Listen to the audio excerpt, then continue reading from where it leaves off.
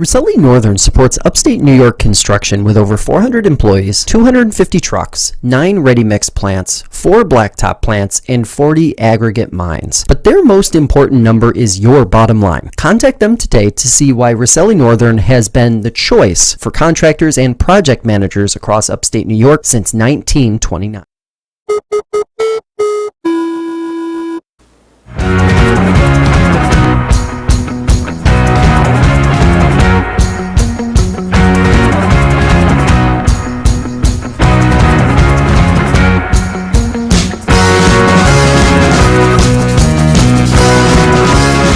Hello, everybody. Welcome into Concrete Jungle, a New York baseball podcast here on FingerLakes1.com. Paul Russo here with you, Kyle Evans as well. Today's episode, Kyle, we get to do the one thing that every student across America gets to do. We are giving out grades today, but not for teachers, for the Yankees and the Mets at the trade deadline.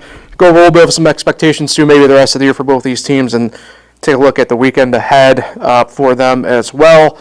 But Kyle, it's been, like I said, it was an interesting week kind of going into the trade deadline. Things got started a little bit early, I'd say, overall. I think the Yankees were kind of a little bit on the front end of that as well to some degree, as we'll get into. But trade deadline is come and gone. We are now officially in the dog days of summer, as they say, for baseball. Yeah, I would say the deals definitely came a bit early. Started with Jazz Chisholm. But then the Yankees didn't do as much as I would like, as we're probably going to get into a lot here. But overall, I thought the trade deadline, I always like the MLB trade deadline. There's always a lot that goes down. And I don't know, it's just, to me, it's the best deadline. I sit there all day, in front of MLB Network, just waiting and waiting for trades to happen, and we saw quite a few of them. Yeah, I'd say the only one that rivals it in terms of sport might be the hockey deadline in a way, but yeah, outside of that, not as much. I think a couple of our sponsors as well here, like Ruselli Northern, as you might have seen and heard from the jump, but also Chino's Pizzeria and Restaurant, their original Waterloo location, or all new renovated location in Geneva. Check them out there. You can dine in, take out, delivery, catering, and banquets. Order online at chinos.com. Live, laugh, and eat well. It's the Italian way, and Go Net Speed. The future connection is here, and it's fiber made for how we live and work today. Go Net Speed fiber is faster and stronger than anything out there. You can check availability in your area, as well as pricing and plans at gonetspeed.com. And get ready for fast and reliable fiber internet straight to your home. So let's get going here, Kyle. Talk the Yankees first here, because they made one of the first moves here. Begin with that Jazz Chisholm trade with Miami. It's interesting talking around. I'm friends with people who aren't fans of the Yankees or Mets. They're fans of other teams throughout the league. And one of the things they kind of really made mention of is that they felt like it was perceived not a ton in return for Chisholm. I kind of pushed back a little bit in my mind on that trade specifically. I think the main headliner in this was catcher Agustin Ramirez, who is having, as it stands right now, a bit of a career year at the plate. Behind the plate, not sure if he'll grade out to be a catcher as it stands right now, but he headlined that trade. Jared Cerna, second baseman and shortstop. Abraham Ramirez also in that deal. I'm going to be honest with you, Kyle. Admittedly, I wasn't exactly a big fan of the trade at first. Jazz played outfield in Miami here the past couple seasons. I would go on a limb, as we have all said. I don't think the Yankees' biggest need was outfield, obviously. Up the middle in the infield, second baseman, Jazz is by trade. Perceived blockade in a way as well with Torres and Volpe. More on the former in just a second. But first impressions here for the first few games that we've had Jazz and Pinstripes here. I'm loud wrong. Very happy that he is a member of the New York Yankees as it stands right now. And no reservations at this point as it stands from my front. Yeah, I didn't really have much of a thought when the news broke, other than, like you said, the outfield is already loaded. And at that time, I was like, is Grisham or Verdugo going to be on the move, and turns out they never were. So right now they just got a loaded outfield, and they still have Jason Dominguez, who is also an option, and he's an outfielder. And with Stanton back, there's no open DH spot for any of them. So I was just kind of caught off guard by that. But yeah, 4 games in, playing third base for the first time in his career for 3 straight games now, he's looked great. But again, it's such a small sample size. It kind of reminds me of when Harrison Bader came over and looked really good for those few weeks. And it's not. You need to see it more long term than just 4 games. So I'm excited right now, and I hope he keeps helping. And he's been a big spot in the middle of the lineup, helping the Yankees beat some very good teams as of late. And I don't know how this postseason roster is going to look with all these outfielders. Yeah, and that's the thing where I think the plan for the Yankees here is very obvious, that at least in this long-term vision with Chisholm, he'll be somewhere, I'm assuming probably back at second base would be my guess. And I think we kind of get into that. I know you mentioned Verdugo. There was a report that he was at least being asked about from teams in this outfield sense, and maybe we can circle back to that. But really the main thing I want to bring up in this is the fact that, you mentioned the surplus of outfielders. So in my mind, when they made this trade, I figured Gleyber's got to be on the move probably somewhere. And that just didn't happen. Since then, sour grapes is probably how I would call it with Gleyber at this point. He kind of was asked about, could you see, positionally speaking, you outside of second base, and he was very adamant in the fact that no, he does not. Which, as we know, offensively probably for the best. It's not like he lit the world on fire when the Yankees use him as a primary shortstop for a season. But no doubt about it, Gleyber's in the midst of one of, if not the worst season of his career collectively here. The Philly series wasn't a really great glimmer on him. Again, errors in the field. I think he's now at the most for a second baseman officially since 2018. Yep. Do I have the year right there? So I'm not too sure. I think officially we're looking at the end of the Gleyber Torres era in New York here coming up at the end of this season now officially, but I figured we probably would be seeing him on the move with the Chisholm trade, and it just didn't happen at the deadline.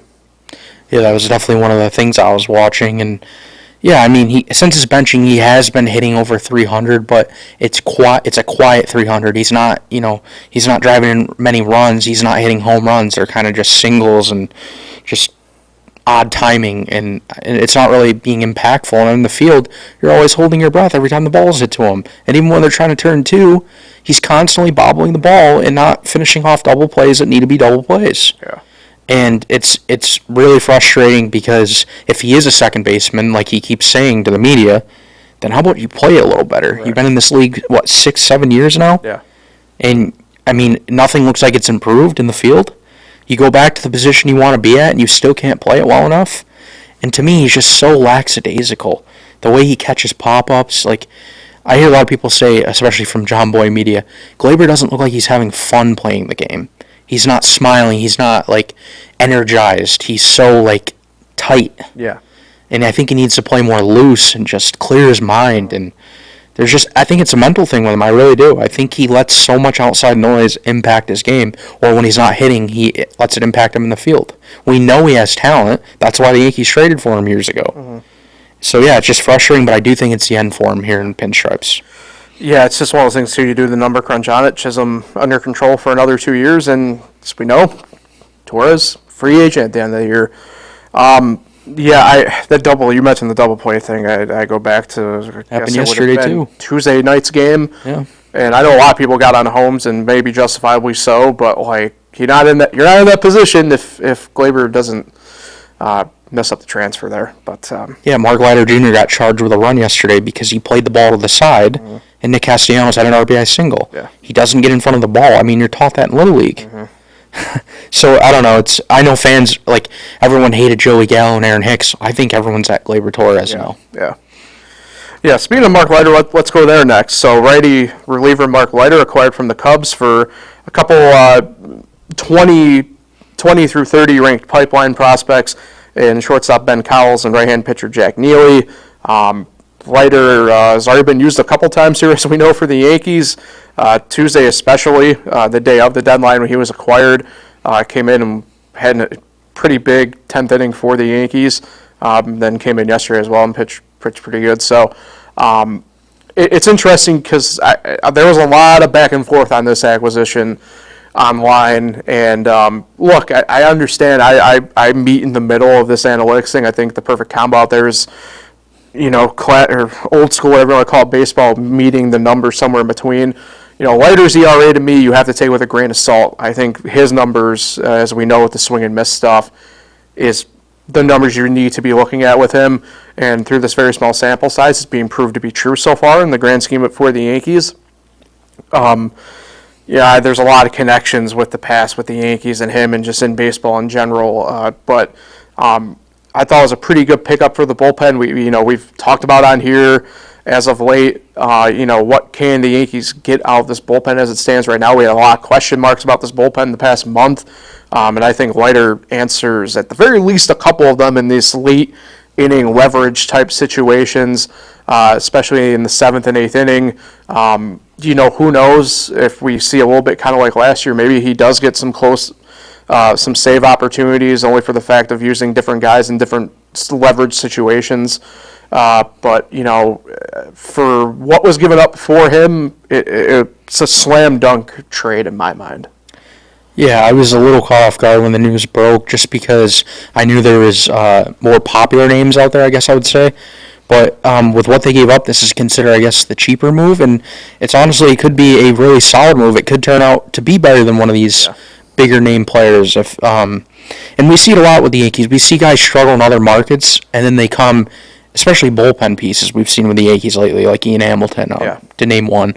Mike Tonkin. Yeah, so despite his, higher ERA, maybe this is something that will work out. And we saw in the last 2 games, his splitter's absolutely filthy. And the Yankees are always about throwing more off speed, so maybe that's just what he needs. And he'll fit right in nicely, and he's been in big spots and producing well. Yeah, I mean, look, Wrigley Field, depending upon the day, is either a pitcher's park or a hitter's park. And that's one of the things that kind of get caught off guard a little bit. And maybe we can talk about this a little bit more after the Mets. We talk about the Mets deals, but some of the names that didn't get dealt, and even some of the teams that were dealing. I mean, the Cubs were one of them, right? The Cubs did this weird buy and sell thing. So it was tough to get some reads on guys. It's come out now that the asking price on especially the relief market was very high this year. I think it was the Red Sox. I believe they were the ones who kind of talked about it a little bit. They checked in on, I don't know if it was Mason Miller. I can't remember exactly who it was, but they checked in and the team wanted their top 2 prospects. It was just like, what? One of those things where I can't imagine what some of these guys' names were kind of really garnering out there for different guys. I know the Yankees and Mets were both checked in at various points about Tanner Scott, and the Yankees obviously were there reportedly until the end on him. And you look at what the Padres more or less had to give up for him. I would imagine other guys of that caliber. Yeah, I do believe the price tags on some of these guys was probably way too high, especially for rentals or even longer-term rentals, but not long-term deals even. Yeah, I thought for sure Pete Fairbanks was going to be Yankee.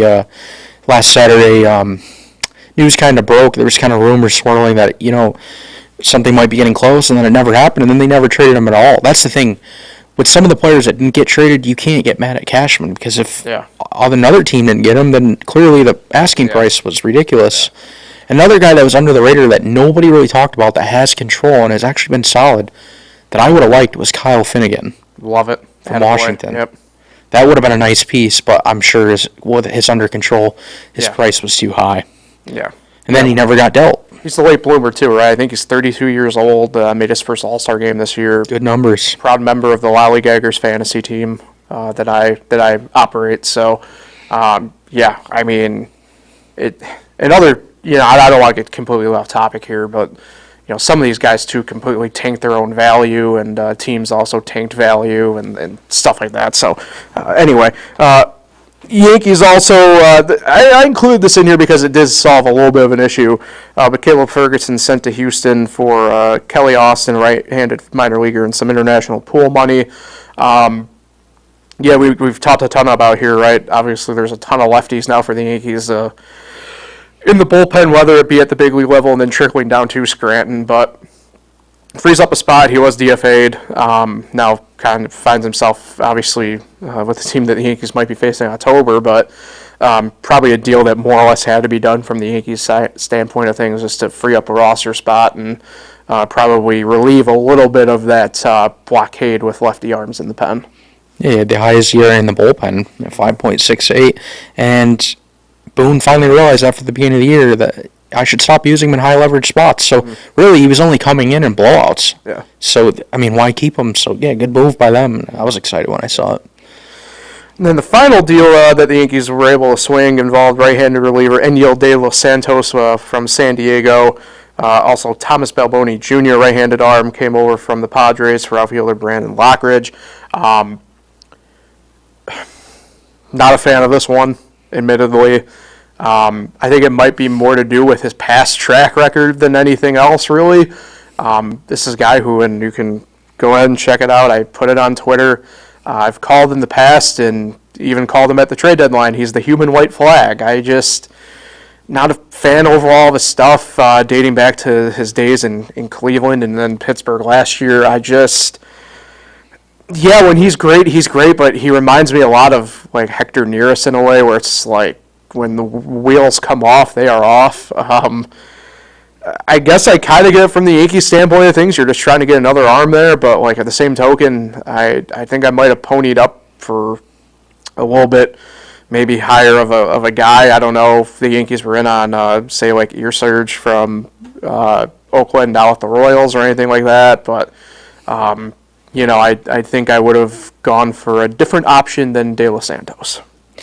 Yeah, I thought the Mark Leiter Jr. which happened early in the day, was kind of like their cheaper move, Right. And then they were going to go out and get one of those, more popular names, and then at 5:55, 5 minutes before the deadline, we hear this guy's coming to join. Mid-4 ERA, hasn't been much in the last few years, and in my head, I'm just thinking, why not just wait for Ian Hamilton and Scott Efros at that point? Yeah. Like, I don't know. I didn't really care for the move. Yeah, I don't know if this is just like more of a depth move or anything like that. But either way, for the Yankees, it's tough because I view it as like they did improve what they needed to improve on for I don't know if I want to call it the most part, but it still left me wanting more from the starting pitching. And it sounds like the Yankees were in on Flaherty, didn't like what they saw from the medical standpoint of things. Now it's kind of coming out that I don't know if the Tigers were sabotaging, quote-unquote, some stuff here, but it sounded like other teams were involved in Flaherty and also were kind of spooked a little bit in addition to the Yankees in that sense. It sounds to me like Garrett Crochet was never going to be really an option for anybody. That's pretty apparent. But I really would have liked the Yankees to have gone out and have gotten another starting pitcher. And I'm not taking the Garrett Cole stuff as deep as some people think. I think, if he does come out and pitch this weekend as scheduled, then it's one of those just kind of move on things, and we'll see at that point. I know Nestor's name was floated out there to potentially be on the move should the Yankees have gotten another starter. That's really the one thing I think for me I would have preferred the Yankees to go out and get. And they didn't get a starter. Would have loved for another one. They didn't get it. And I think that tanks the grade for me down to like a flat C. Like, it was just kind of like, okay, you went out there, you did what you had to do. You technically passed this test, but it was very average and it's needed some improvement, and here it is. And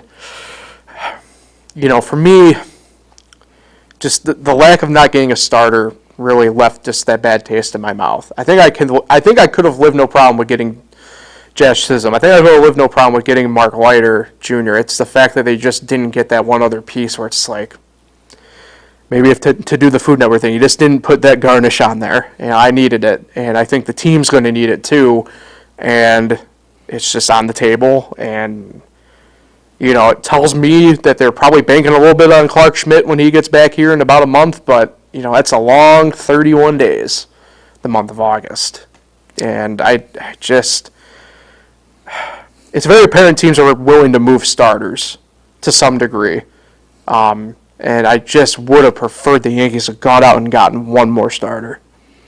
Yeah, and we said it last week. This was a big trade deadline for Cashman, considering Soto's in his walk year, Judge and Cole are in their primes for who knows how much longer, and it just didn't seem like, I don't know, it just didn't seem like Brian Cashman was really aggressive at this deadline, and he hasn't really been aggressive in past deadlines either, and that's what was frustrating about it, but they did get, a nice bullpen piece in Mark Leiter Jr. Everyone wanted, Yandy Diaz and another bat, but after Chisholm, I was fine with not getting another bat, and I would have never overpaid for Yandy Diaz. Right. And that seems like that was the issue. That's why he never, got moved. Yeah. So, yeah, I agree. I thought for sure they should have still got Flaherty, and then we'd have a different feeling right now, honestly. And my thing, too, is I go back to this on the reliever side of it, and maybe they talk to teams about certain starters. I mean, maybe the price of guys was too high, but the fact that, you look at, say, like the Rangers, for example, they moved Mike Lorenzen for a fairly low rate, this one's going to might cause some PTSD for people, and you as well, Kyle, but, the Reds trade Frankie Montas for a fairly low price tag as well. To me, there were clearly starters on teams available, or at the very least teams were going to listen, and I don't know. Like I said, I probably the price tag on guys was too high, but I look at some of these trades and I'm just like, man, they could have gotten somebody, I feel like, for a pretty good price, quote unquote, if teams were willing to move on from guys and that are, maybe the Reds aren't in it, but the Rangers still are a good enough team, if they get healthy and get hot at the right time, can make a move. I kind of want to go back to last week, man. I kind of wonder what the price tag was on a guy like, say, Cal Quantrill or somebody like that, even, where it's like he didn't even check on guys like that. It just makes you want more. It makes you want more. And what was weird is there was actually quite a few names that were projected to get traded that didn't move. Like a lot of the Rockies guys, Angels guys. Even the White Sox moves were weird. Yeah, so it's kind of weird how, and I know there's expanded playoffs now, not everyone, but a lot of teams are buying that probably wouldn't a few years ago. Right. And everyone's desperate for bullpen arms this time of the year, so I get it that the asking price was high. The Yankees still could have done better. Yeah. They still could have got rid of some of the prospects that they didn't really want to get rid of to improve this team, and they didn't do it, so I hope it doesn't come back to hurt them again. Right. Yeah, we'll see. I think the only other major thing I want to mention about the Yankees through the trade deadline was the fact that we see Giancarlo standing back as well in the lineup. I'm intrigued to see once they kind of give him some everyday playing time here. They've slowly worked him in through this Philly series. I'd like to see what it's like full time back in that lineup for him. I know it's something that we've hypothesized here on the podcast together. What it might be like for the lineup once another bat like his kind of gets back in, knowing what he can do. So we'll see how well that goes at this point as he's back. Yeah, and one thing about the lineup, quick: bat Glaber 9th, and get Austin Wells out of the cleanup spot. He's been good lately, but he's not a cleanup hitter. Yeah. He went 0 for 6 on Tuesday night.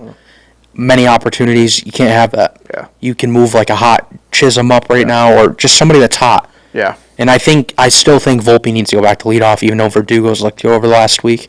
I think you drop Verdugo back to the middle of the order as well. Yeah, I'd imagine once he gets going, I'd imagine that's where Giancarlo goes, but I could be wrong. I mean, I don't know though. Either way. Let's get to the Mets trades here before we take a look at the weekend for both teams here. So the Mets also got going a little bit on the early side. Their first trade came over the weekend as well for righty reliever Ryan Stanek from Seattle. Price tag was Ryland Thomas, outfielder, kind of was with Syracuse this year and stuff like that. I think the Mets, and this is a trend you'll see, I think, starting with this trade, Kyle, was the Mets were going to buy, but they weren't going to mortgage their farm off to do it, as other teams possibly might. And I don't blame them. I think we have to remember what this team this year for the Mets was the fact that they were going to compete, but at the same token, they knew that this year was probably a rebuilding type year in a way, so they weren't going to send a guy, say, like Jet Williams or Drew Gilbert off in a trade, whereas a guy like, say, Rylan Thomas, who, pipeline prospect, but, probably it's a lot like, say, like the Ben Cowles or Jack Neely movement for the Yankees, right, where, these back-end pipeline guys that get ranked, you can send them off. And, the Mets kind of, like I mentioned, we'll see that as these other trades we talk about get going. But Stanek, pretty good reliever when he's on. It's been an interesting couple years for him.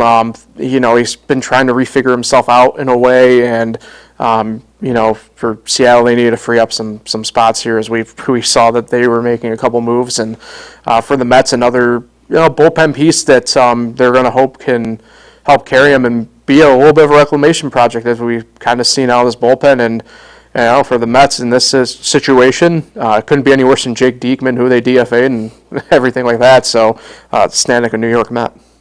Yeah, they finally learned with Diekman. Man, was he blowing a lot of games for them. But yeah, this is a cheaper move, like you kind of mentioned, and they weren't going to give up a ton for relievers this year.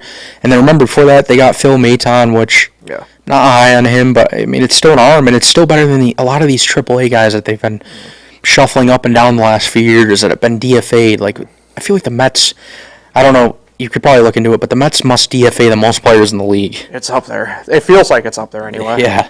I mean, these are good under-the-radar pickups, and, this isn't a World Series team anyways. Right. If you're a fan, you would hope they make some kind of playoff push, though, and I think they did improve a little bit, just not a lot. Yeah. Yeah, you mentioned some of those minor league guys. Cole Sluisler, a reliever as well, kind of bounced back and forth this year a little bit. They sent him to Tampa Bay for cash. I'd say this was probably the biggest trade for the Mets right here. The next in line was getting outfielder Jesse Winker from the Nationals. That was for right-handed pitcher Tyler Stewart. It's interesting because, to me, and maybe to you too, Kyle, I mean, the way we talked about this, but I don't know. You'll have to offer your full opinion on this when we toss to you here. But I didn't think the outfield was necessarily something the Mets were probably targeting. But if you're them, Winker's had a renaissance type year with Washington so far.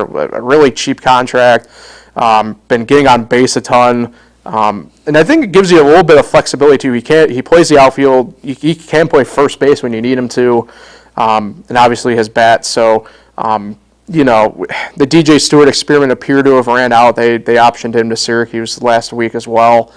A lefty bat could maybe be that flex DH swing position, quote unquote, for JD Martinez as well. I thought this was the Mets' biggest deal that they made, and I thought it was to use what I said for the Jazz trade for the Yankees, I thought it was a slam dunk on their part. Yeah, it was a good bat to add to the lineup, and like you said, it's tough that he was an outfielder, but you can still find ways to play him. But that might mean a little less playing time for like Tyrone Taylor, who's actually been really good. Harrison Bader might sit a little more just to give him more opportunities. But yeah, a good pickup, and they didn't give up a ton, so we'll see what happens. Yeah. Then they also went in on, like I mentioned, they did some pitching. They swapped out a couple different guys here. Josh Walker went to Pittsburgh for lefty minor leaguer Nicholas Carreno, which, by the way, Pittsburgh being buyers, it's been a few years since we've said that. It's kind of nice in the baseball sense, too, to say that out loud.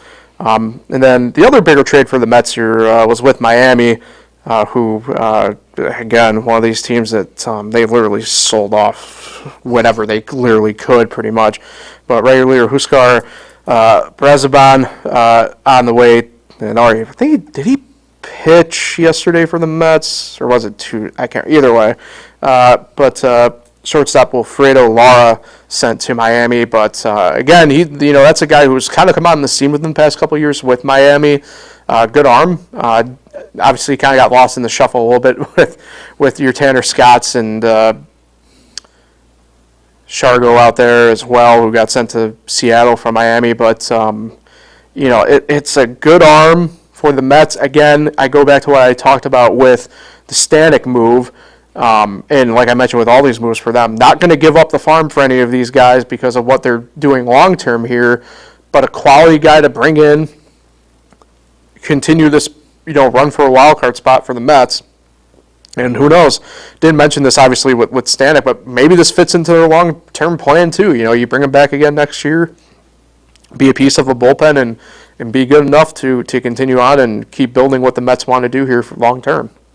Yeah, this was a solid, underrated move, I would say too. I think this guy might be able to give you a little more than Stanek will. Yeah, I think this guy has the stuff to, to do good things with the Mets, and it's definitely an upgrade. Like I said, they keep shuffling AAA guys back. You'd rather have a guy that's been in the league all year with Miami and has been pitching well. Yeah, I think Miami used him as like a swing starter too a couple of times this year, if I recall right. Could be wrong, but it's just one of those things where the Mets, like I mentioned, I thought they did really well fitting into their game plan of what they've kind of done all year and what they're willing or unwilling to do. Didn't send away anybody major either in these deals, and not knock on, say, Josh Walker or anybody like that, but, they are swing guys, right? I mean, we talked about Josh Walker's name, I know I've said on here at least a handful of times of being recalled an option and designated for assignment by the Mets over the past 2 seasons. So, I think with that in mind, with the Mets, I'm going to lean on giving them a B+. I don't know if they necessarily knocked out of the park. I think for a team, as we've mentioned, you're in the wild card hunt. You're locked into a spot right now if the season were to end today. I think I still would have preferred, and I know, Paul, you're sounding like a broken record, but I think I would have preferred them to see some sort of starting pitcher come over for them. Especially, and maybe this ties in obviously because the Mets' biggest roster news non-trade-wise happens to be again Kodai Senga for a depressing reason again, but again, go back to maybe it's like the Yankee thing, maybe the price just didn't match what they really wanted to do, and I get that, but I think the Mets did better than the Yankees in all honesty at the trade deadline for what they were going for. I'll go B+ for the Mets. We'll definitely room for improvement, but overall, just a really bang-up job. Well, Paul Blackburn will be starting tomorrow. I forgot about Paul Blackburn in this deal, by the way. So, but the thing about this is, did you know they traded for him and he has not pitched in, I think it's been like 2 months or something? He pitched last week for Oakland. He has somebody who took a flyer on him in fantasy. Blackburn, it's interesting because with him, I forgot to mention, I even have it down by notes. I don't know if this is Paul's reading lack coming in here. When he's healthy, he's great, but man, that's been his MO. Did you know he made his big league debut in 2017? I didn't. Yeah, that's what I'm talking about. Oh, yeah. He's been around for that long, and because of injuries and his service time, he's technically not even up for arbitration until I think it's next year. Which is nuts to say out loud, but when he's on, he's great.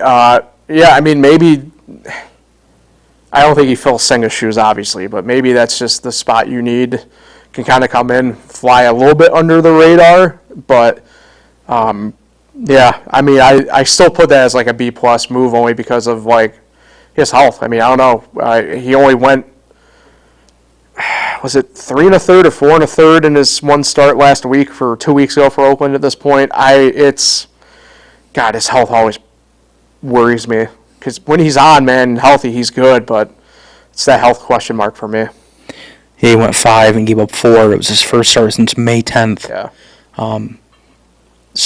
I don't know. It's one start. Who knows how he's going to respond, and it's only been, 9 total starts. So, it's a little risky move, but they didn't give up a ton, and it's depth. And, they still have other guys. Like McGill, he's been fine. Budo has been very good in relief, but if they needed him to start here and there, he could do that. But, if you're trying to, make a postseason run, in the postseason, some of these guys I'm not sure you'd want having start. So they could have done a little better, but I would agree with your grade. And yeah, I think they won't be a wild card team. It's just these teams just haven't heated up and pulled away from the Mets, so they're going to be there all year. Yeah, the Mets trade deadline, it's just indicative of what they're doing long term here, more than anything else, right? They didn't, like I said, they didn't mortgage off anybody or anything like that. So, yeah, I mean, I don't know. And they're fair to be fair to the Mets. I mean, they still are the best team in baseball since Memorial Day. I mean, but sometimes it doesn't make any sense. Other times it does, but here we are. somehow got passed by the Diamondbacks. So Diamondbacks are really? well all of a sudden. They got they're out of the playoffs right now. The Diamondbacks, I forgot, they were lucky enough to face Patrick Corbin, and then they got to Mackenzie Gore last night. They're 7-3 in their last 10, and the Padres are 9-1 in their last 10, and just beat the Dodgers in a series for the first time since 2010. Yeah. So the Padres are actually a half game behind the Braves now. Hey, which is surprising. They didn't really make any moves outside. Well, they ended up having to not to make this the Diamondback jungle, but Christian Walker got hurt. Doesn't sound like it's as serious as they thought. And their only move was really what? Josh Bell, I think, right? They basically got him for free. Yeah, pretty much. Yeah. The big thing is, though, that the Mets, or no, never mind. I thought the Mets were playing the Pirates soon. I was going to say, there's a chance the Pirates could pass the Mets, but they don't play. So. Let's go Bucko Bombs, baby. And the Giants are still in it, even though they've been disappointing. Mm-hmm. I guess you can even keep the Reds and Cubs in it. And the Giants were selling. I mean, they sent Soler. I thought Chapman had a chance. But they brought in Marcana, so I don't know what the hell.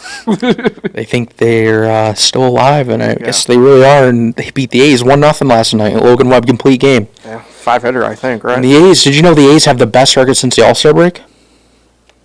Yeah, I remember hearing that, actually. The A's have actually been underratedly good. Like, their offense is performing, and they're getting enough pitching. Yeah. It's crazy. J.P. Sears.